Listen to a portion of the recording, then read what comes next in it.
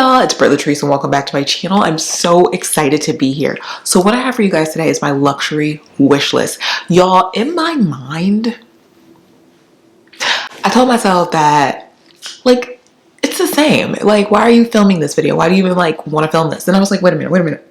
I did a side-by-side comparison and I realized a lot fell off and a lot was added on. So I was like, oh yeah. We need a refresh. And we got to talk about it. So I have my agenda here with me that I will be reading from. So if you see me looking down, please excuse me. And let's get started. And then I lost my page, of course. So the first thing, I guess I'll do like categories / brands. So the first category though, I'll start off with is fine jewelry. Guys, I feel like I'm at the stage that I've had enough. All of my jewelry that isn't fine jewelry has showed me it is not fine jewelry by turning, like, in some way or another.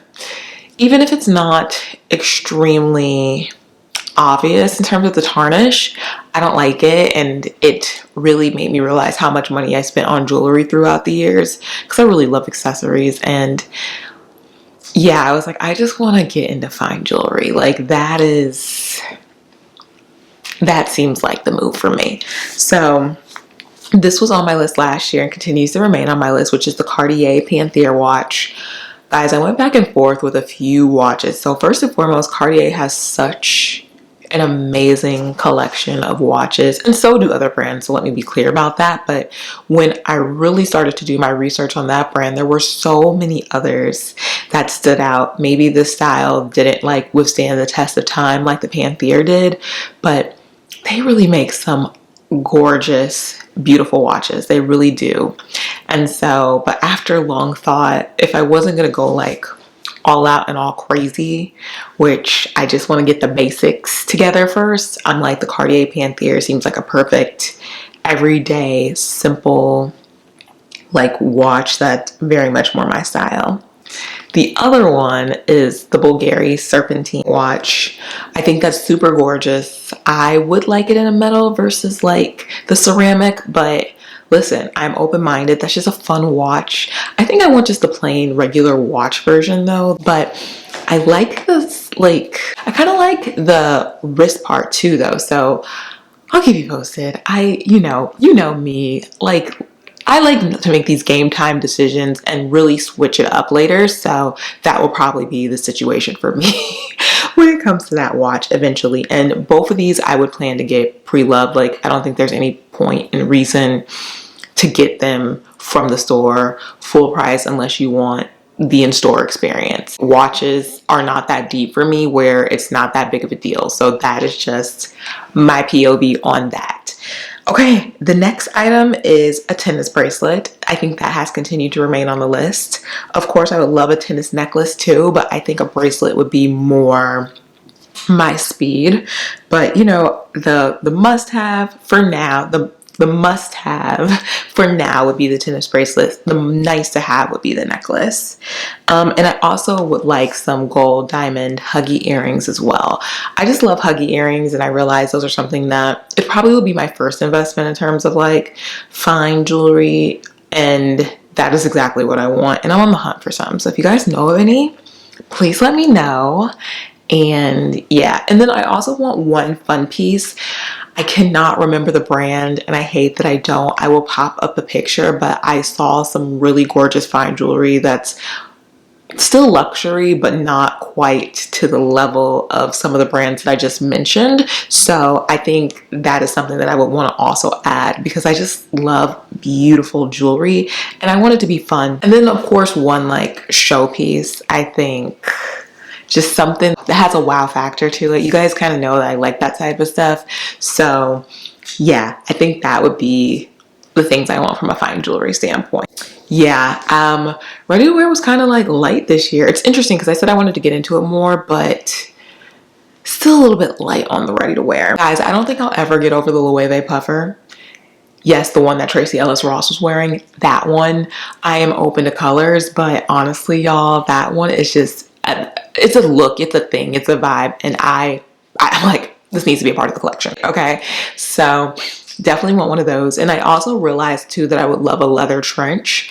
That I'm not necessarily as concerned about who makes it per se, but I definitely want it to be all leather. So in that regard, it would be luxury.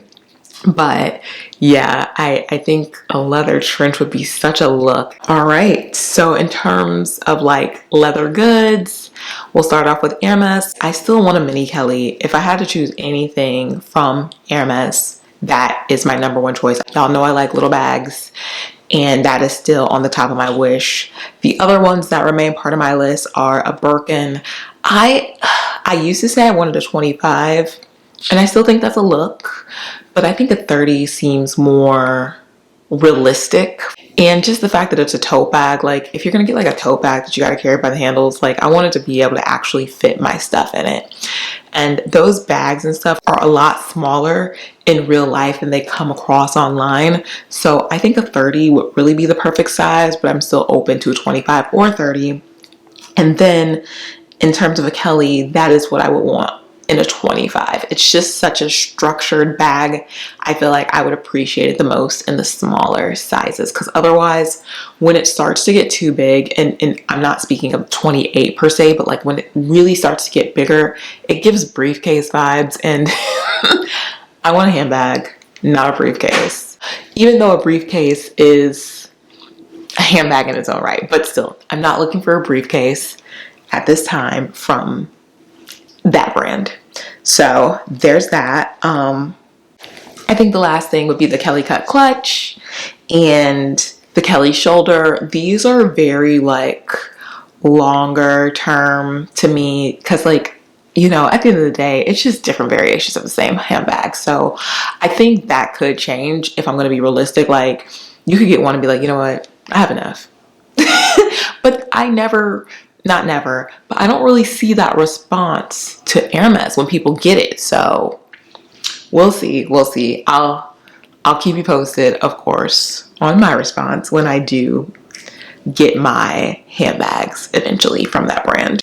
The next thing is the Loewe puzzle bag. I still like this. I know it's technically discontinued, but it is still such a great bag.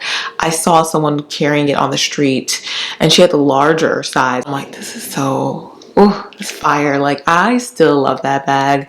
And I just think it's a really cool bag and a really great piece to have as a part of a collection. Chanel, I think that's the most surprising one for me right now. I think I'm in the place in my Chanel journey where I just want medium classic flap, specifically a vintage one, gold hardware, specifically in like that caramel color. So 0 series, first series, very early series is when they made it.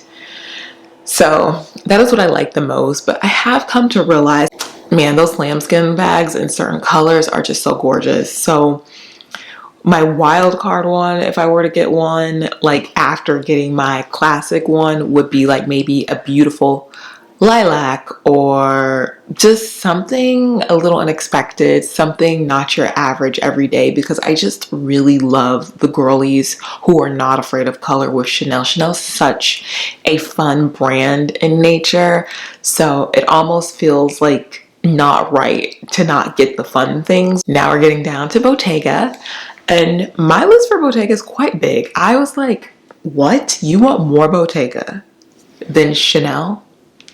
I mean, it is what it is. Honestly, I say this a lot. I think Bottega is the like sleeper brand. They don't have very big logos and stuff, so people do sleep on it.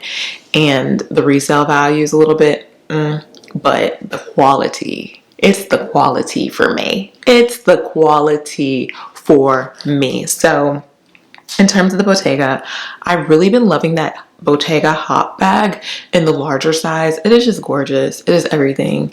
I am curious how it wears a little bit, just because it really is just such a soft bag. But I mean, I guess you could say the same for the Jody, very similar, but it has sharper corners and edges. So just would be curious to see how those would wear over time. But I just think that one is such a looker. What is that one? The Adiamo clutch? Whatever the clutch is called, that is the one that I want. It is a gorgeous clutch. Like I think that for me competes with the Kelly cut, and I kind of like how different it is.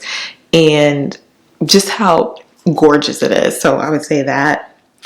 I don't have the name of this bag because I haven't seen it very often, but there is a very large Bottega tote. I don't know if it's like technically considered luggage or what it is. She's everything. And that Bottega tote is just like, perfect, guys. I feel like I rushed through, but honestly, this is all I'm tracking for the time being. I'm not saying that it will not grow, and I'm not saying that something else will not come and be compelling enough for me to say yes to throughout the year. But in terms of what I'm kind of like thinking about and tracking towards for the year, those are the items that I like the most. So yeah, that is the entire wish list as it stands right now in, let's mark it early 2024, because things be happening. Sometimes some switcheroos take place, other things take priority, and some things fall off. So I'll keep you posted, of course, on what happens with it and how it progresses and what we check off. But yeah, I hope you enjoyed this video. And if you did, please make sure to like, comment, subscribe, and hit that bell for notifications each time I upload. I'll talk to you later. Bye.